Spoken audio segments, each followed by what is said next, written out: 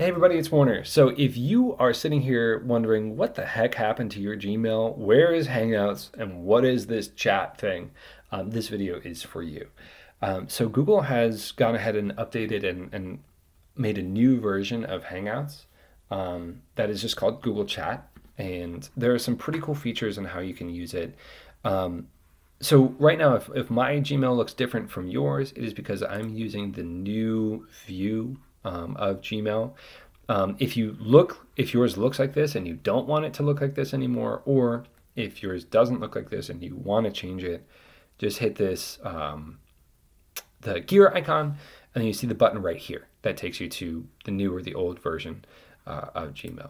So you still have your Google Calendar, Google Keep, Google Tasks, and access to your contacts here on the right side. On the left-hand side, you can kind of pop out and still get the area or organization Gmail that you might be familiar with, but we also have quick access to chat and something called Spaces. Let's start in chat. So chat really is Hangouts, right? It's literally, this was a chat that Mr. Fungi and I started on Hangouts a while back, and you can see it just preserved it. But if you pop it out to this view, which is a little bit bigger, you will notice that you can see more here. So you can add Google Drive files or calendar invites to the conversation. You can do regular text, but you can also click this little A with the underline and do rich text formatting, including even like bulleted lists, emoji and GIFs to keep it fun. And then you can upload files or even start a Google Meet straight from with the person you're chatting with, straight from this chat window. Okay, so it's a little bit more fully featured than Hangouts was, but if you want to use it the way that you used Hangouts, it's basically the same. Where stuff starts getting pretty cool though is when we start looking at Spaces. So this is our Team Buoy space. I kind of tried to hide some of our conversation just to not put anybody's business out there, including our students. But this is basically a group chat with the teachers and co-teachers on Team Buoy. You'll see at the bottom the same features are here, and we can start a Google Meet with the whole team, say for example one of our team meetings right here, and be able to pull it up, and everybody will be able to quickly access it right from their Gmail. But there's also some other stuff that you can do up here. If you click on the Files tab, these are some of the files that we've included or talked about in our regular chat, and it automatically pulls them in here, or you can just add the file from your Google Drive by clicking that Add File. This allows anybody in the chat to be able to quickly access this stuff, and you can see I posted it mostly for this video, but you can see we have our meeting agenda and some other things that we've been talking about and working on. Over here is the tasks list. So here, just if we are all working on so much stuff, and sometimes it's difficult, for me, sometimes it's difficult to keep things straight. So you can add a task inside of this space. You can write in the description of the task, say when it is due, and you can even assign it to people that are in the team or assign it to yourself. In the case that I did of kind of making the video on how to use this stuff, and I assigned it to myself for here, and I can go ahead and delete it just to get it out of there. And you will notice that I told everybody that it completed the task over here in the chat.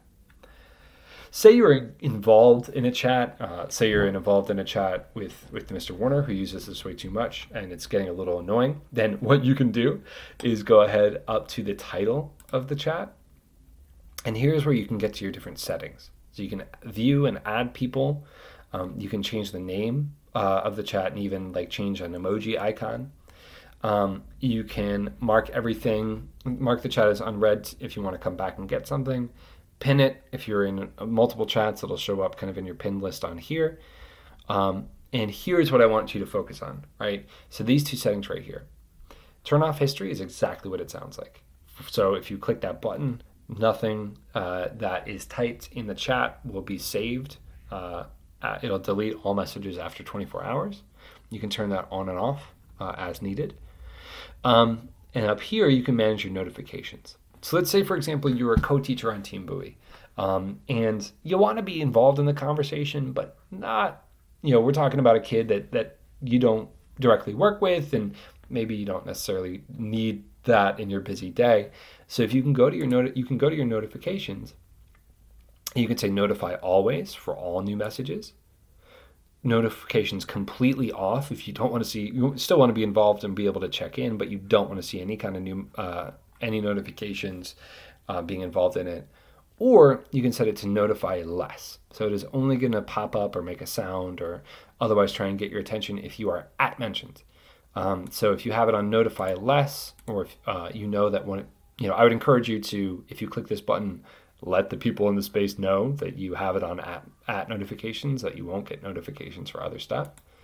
But that way, if you go in here and you want to message somebody, you would just hit the little symbol, type in the person's name, and you would be able to message that person, and they would get a notification with letting them know that you were trying to involve them in the conversation.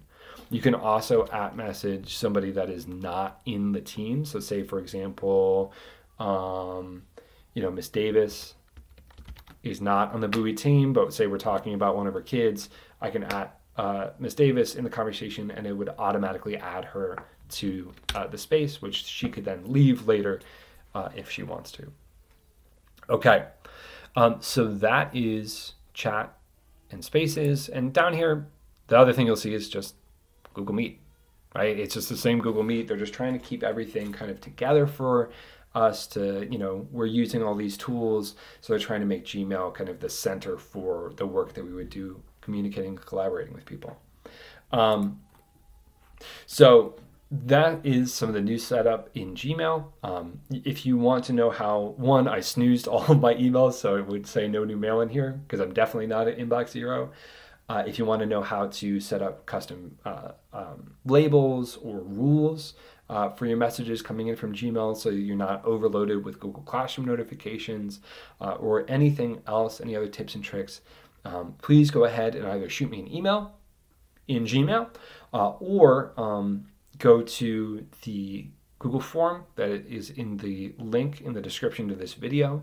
Leave your pluses and deltas, please leave your pluses and deltas. And then in the box below that, you can add any kind of feature requests or other detailed feedback for a future video or other resources. Hopefully you found this helpful. Thank you so much for taking a look at this, and hope you have a great rest of your day. Hope it helps.